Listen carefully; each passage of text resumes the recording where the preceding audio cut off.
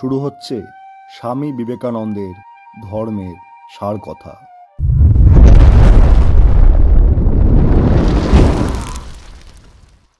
ধর্ম হচ্ছে মানুষের ভিতর যে ব্রহ্মত্ব প্রথম থেকেই বর্তমান, তাহার প্রকাশ। ঈশ্বরের দ্বিবিধ স্বরূপের বিষয় উল্লিখিত হইয়াছে সগুণ ও নির্গুণ। সগুণ ঈশ্বর অর্থে সর্বব্যাপী, জগতের সৃষ্টি স্থিতি ও প্রলয়কর্তা, জগতের শাশ্বত জনক জননী। তাহার সহিত আমাদের ভেদ নিত্য। মুক্তির অর্থ তাহার সামীপ্য ও সালোক্য প্রাপ্তি। নির্গুণ ব্রহ্মের বর্ণনায় সগুণ ঈশ্বরের প্রতি সচরাচর প্রযুক্ত সর্বপ্রকার বিশেষণ অনাবশ্যক ও অযৌক্তিক বলিয়া পরিত্যক্ত হইয়াছে। এই নৈবক্তিক সত্তার সহিত আমাদের সম্বন্ধ কি? তাহার সহিত আমরা অভিন্ন। আমরা প্রত্যেকেই সকল জীবের মূল ভিত্তিস্বরূপ সেই সত্তার বিভিন্ন বিকাশ মাত্র। যখনই আমরা এই অনন্ত নির্গুণ সত্তা হইতে আমাদিগকে পৃথক ভাবি, তখনই আমাদের দুঃখের উৎপত্তি। আর এই অনির্বচনীয় নির্গুণ সত্তার সহিত আমাদের একত্ব জ্ঞানী মুক্তি। আমাদিগকে এই মহিময় আত্মার বিশ্বাসবান হইতে হইবে, তবেই বীর্য আসিবে। তুমি যাহা চিন্তা করিবে তাহাই হইয়া যাইবে। যদি তুমি নিজেকে দুর্বল ভাবো, দুর্বল হইবে। তেজস্বী ভাবিলে তেজস্বী হইবে। যদি তুমি নিজেকে অপবিত্র ভাবো, তবে তুমি অপবিত্র। নিজেকে বিশুদ্ধ ভাবিলে বিশুদ্ধই হইবে। আমাদের মধ্যে সকল জ্ঞান, সকল শক্তি, পূর্ণ পবিত্রতা ও স্বাধীনতার ভাব রহিয়াছে। তবে আমরা ওইগুলি জীবনে প্রকাশিত করিতে পারি না কেন? কারণ উহাতে আমরা বিশ্বাস করি না। যদি আমরা উহাতে বিশ্বাসী হই, তবে উহা এখনই প্রকাশিত হইবে, নিশ্চয়ই হইবে। ঈশ্বর উপাসনার বিভিন্ন প্রণালী আছে। ইহাও স্বীকৃত হয়ে আসিতেছে যে বিভিন্ন প্রকৃতির পক্ষে বিভিন্ন সাধন প্রণালীর প্রয়োজন। তুমি যে প্রণালীতে ঈশ্বর লাভ করিবে, সে প্রণালী আমার নাও হইতে পারে। হয়তো তাহাতে আমার ক্ষতি হইতে পারে। সকলকেই এক পথে যাইতে হইবে, এ কথার কোনো অর্থ নাই। ইহাতে বরং ক্ষতিই হইয়া থাকে। সুতরাং সকলকে এক পথ দিয়া লইয়া যাইবার চেষ্টা একেবারে পরিত্যাজ্য।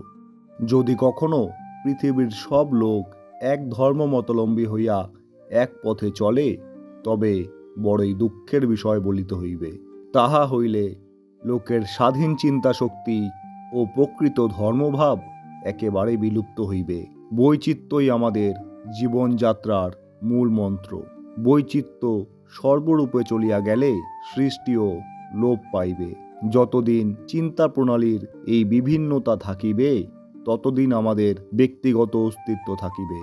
বৈচিত্র্য আছে বলিয়া বিরোধের প্রয়োজন নাই। তোমার পথ তোমার পক্ষে ভালো বটে, কিন্তু আমার পক্ষে নহে। আমার পথ আমার পক্ষে ঠিক, কিন্তু তোমার পক্ষে নহে। প্রত্যেকের পথ ভিন্ন।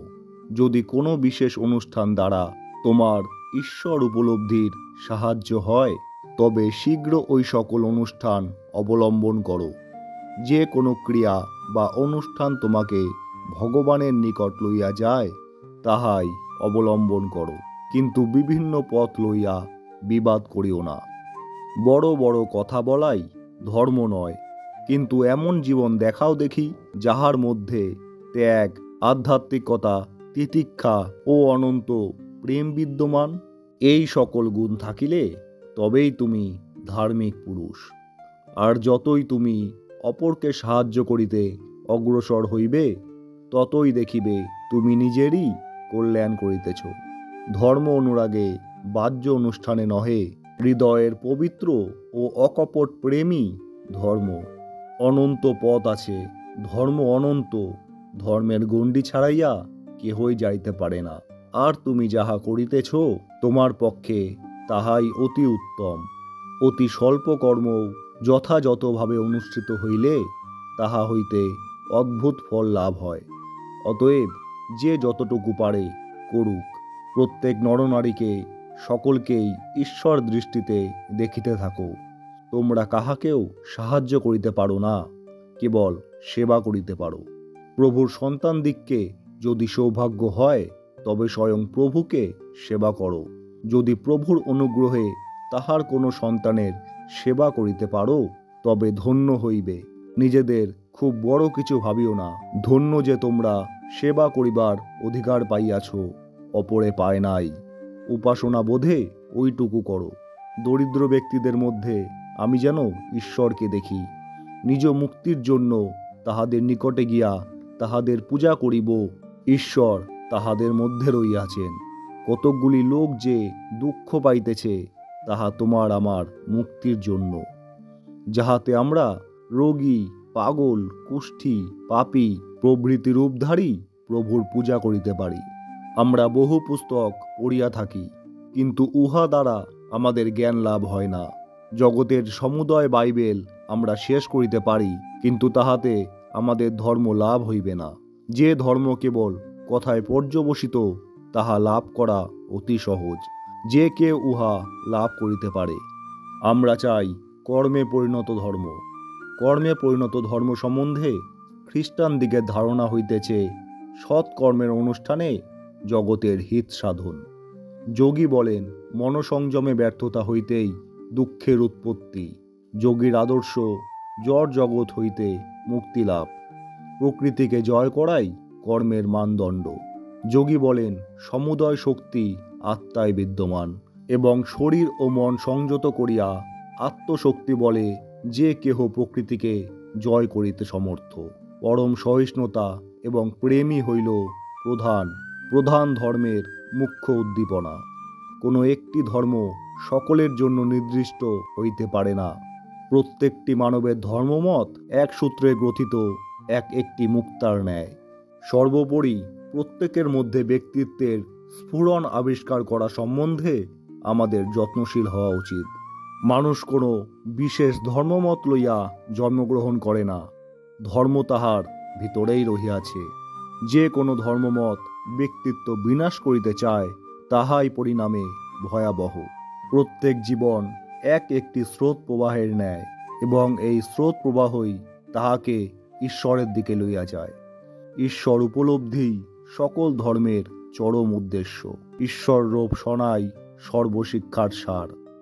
যদি প্রত্যেক মানব তাহার আদর্শ নির্বাচনপূর্বক নিষ্ঠার সহিত তাহা অনুশীলন করে, তবে ধর্ম সম্বন্ধীয় মতানৈক্য ঘুচিয়া যাইবে। ধর্ম এক, কিন্তু উহার প্রয়োগ বিভিন্ন হইবেই। সুতরাং প্রত্যেকে তাহার মতবাদ প্রচার করেন, কিন্তু কেহ যেন অপর ধর্মের দোষানুসন্ধান না করে। যদি সেই আলোক প্রত্যক্ষ করিতে চাও, তাহা হইলে সকল প্রকার প্রতীক চিন্তা হইতে মুক্ত হও। তত্ত্বজ্ঞান সুধা আকণ্ঠ পান করো। অনন্তের রাজ্যে প্রবেশ করো। অনন্ত শক্তি লইয়া ফিরিয়া আসো। কৃতদাস সত্যের অনুসন্ধানে যায় এবং মুক্ত হইয়া ফিরিয়া আসে। গ্রহণই আমাদের মূল মন্ত্র হওয়া উচিত, বর্জন নয়। কেবল পরমত সহিষ্ণুতা নয়, উহা অনেক সময়ে ঈশ্বর নিন্দারই নামান্তর মাত্র। সুতরাং আমি উহাতে বিশ্বাস করি না। আমি গ্রহণে বিশ্বাসী। আমি কেন পরধর্ম সহিষ্ণুতা হইতে যাইব? পরধর্ম সহিষ্ণুতার মানে এই যে আমার মতে আপনি অন্যায় করিতেছেন, কিন্তু আমি আপনাকে বাঁচিয়া থাকিতে বাধা দিতেছি না। তোমার আমার মতো লোক কাহাকেও দয়া করিয়া বাঁচিতে দিতেছে, এই রূপ মনে করা কি ভগবতী ধ্যানে দোষারোপ করা নয়? অতীতে যত সম্প্রদায় ছিল আমি সবগুলি সত্য বলিয়া মানি এবং তাহাদের সকলের সহিতই উপাসনায় যোগদান করি। প্রত্যেক সম্প্রদায় যেভাবে ঈশ্বরের আরাধনা করে, আমি তাহাদের প্রত্যেকের সহিত ঠিক সেইভাবে তাহার আরাধনা করি। আমি মুসলমান দিগের মসজিদে যাইব, খ্রিস্টানদের গির্জায় প্রবেশ করিয়া ক্রুশবিদ্ধ ঈশ্বর সম্মুখে নতজানু হইব। বৌদ্ধদিগের বিহারে প্রবেশ করিয়া বুদ্ধের ও তাহার ধর্মের স্মরণ লইব এবং অরণ্যে গমন করিয়া সেই সব হিন্দুর পার্শ্বে ধ্যানমগ্ন হইব, যাহারা সকলের হৃদয় কন্দর উদ্ভাসনকারী জ্যোতির দর্শনে সচেষ্ট। শুধু তাহাই নয়, ভবিষ্যতে যে সকল ধর্ম আসিতে পারে তাহাদের জন্যও আমার হৃদয় উন্মুক্ত রাখিব। ঈশ্বরের বিধিশাস্ত্র কি শেষ হইয়া গিয়াছে? অথবা উহা চিরকালব্যাপী অভিব্যক্তি রূপে আজও আত্মপ্রকাশ করিয়া চলিয়াছে। জগতের আধ্যাত্মিক অভিব্যক্তি সমূহের এই যে লিপি, ইহা এক অদ্ভুত পুস্তক। বাইবেল, বেদ ও কোরআন এবং অন্যান্য ধর্মগ্রন্থসমূহ যেন ওই পুস্তকের একখানি পত্র, এবং উহার অসংখ্য পত্র এখনও অপ্রকাশিত রইয়াছে।